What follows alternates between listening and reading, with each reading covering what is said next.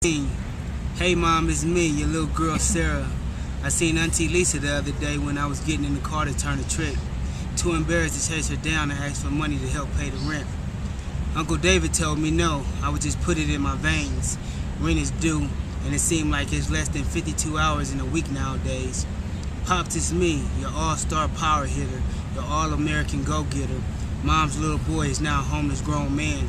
Dad just hit the button for yes to accept a collect call from an inmate named Stan. We are the unseen. Hello, my name is Donald Griffin, alcoholic, addict, and criminal, resident of Gateway Inn. I'm here to share my experience, strength, and hope. How it was, what it was like, and how it is now. I suffer from a mutated mental illness that has no known vaccine. One day, doctors and scientists may find a cure, but have not done so yet. Self-will and organized programs are our only resource and remedy. This mental illness is passed through generations, genetically, environmentally, peer pressure, and the selfish reason of not wanting to be alone. If not addressed and addressed violently, it will procreate, transmitting doubt, depression, jails, death, and institutions. My mental illness that is shared by so many others is alcoholism. During this period of my lifelong illness, addiction, I resembled the unseen, the homeless and addicted race. Lost, shattered, confused, and moving in a silent state of mind, the inner standing of myself echoed sarcasm. Mentally dehydrated, physically appearance deflated, and soul misplaced. CPS motioned for a change of custody. Our son was born with the full-blown addiction and habits of his parents. We welcomed him into this world with withdrawals and surgeries. Unable to keep the high rent paid and ourselves in order, we lost custody. More drugs came into play to fill that void. On October 13th, the state of Nevada ruled her cause of death as an overdose. I say she died from a broken heart. She was reaching out, asking for help, but again, she was the unseen. My heart wouldn't let me lose her. No matter how hard I tried, I just couldn't say goodbye and lose her. I played that song over and over again. No amount of drugs can get me to that point I needed to be. I could have drunk a lake of alcohol the size of Texas and still be mentally sober. Without cause, care, nor understanding, homelessness took an agreement in my new lifestyle.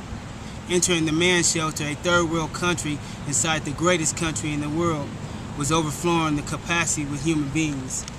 Unbathed, bug-infested homeless men sleeping in uncomfortable sitting positions at the same tables we were to eat at. Sleeping in this position, blood is unable to properly flow throughout the legs, causing swollen ankles and blood clots. Both mentally and physically wounded, the river became home. No longer under natural law and order, the human inside me slowly started to disappear. I became the unseen. May 1st, 2017, along the river, I was beaten and robbed by two human beings, surviving by the only means known to us. I suffered from a broken jaw and surgery lasting 2.5 hours. Metal plates were placed in my temple and chin. I spent 8 days in the hospital thinking and recovering. Just another war story to add to the list. No housing, Section 8 frozen, and the usual, the city is out of money. Back to the shelter I go. Victims of crime paid rent for 3 months, and yet unable to kick the alcohol and drug habit, I went to my home away from home, jail, for possession. 5'2", gray and brown hair, public defender lady told me, judging from your record, you can't stay clean or sober. Do the jail time and refuse the 1-year program. I have tried to stop for my kids, mama, and girlfriend. I even said I could stop if I wanted to, but I never wanted to.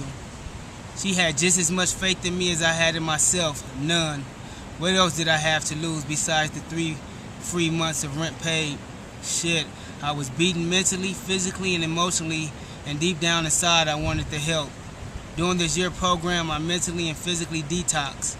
I had came out of a coma, and it was 23 years later. I knew who I was when I was drinking and drugging, but had no idea of the man I was becoming. I got rid of people, places, and possessions. Things I thought I knew, I forgot. I had to find my identity. Then I had to get my mind right, and then I went out and got my life right. I am reborn with new relationships with my children, a job I had for a year, never missing a day. I want to see programs develop housing for family and individuals, and help for the kids that are caught in the crossfire. I pray that we feed the hungry, shelter the homeless, and heal us that are sick and addicted. No family nor person should ever have to live this way in the greatest country in the world. I am we the people, the unseen.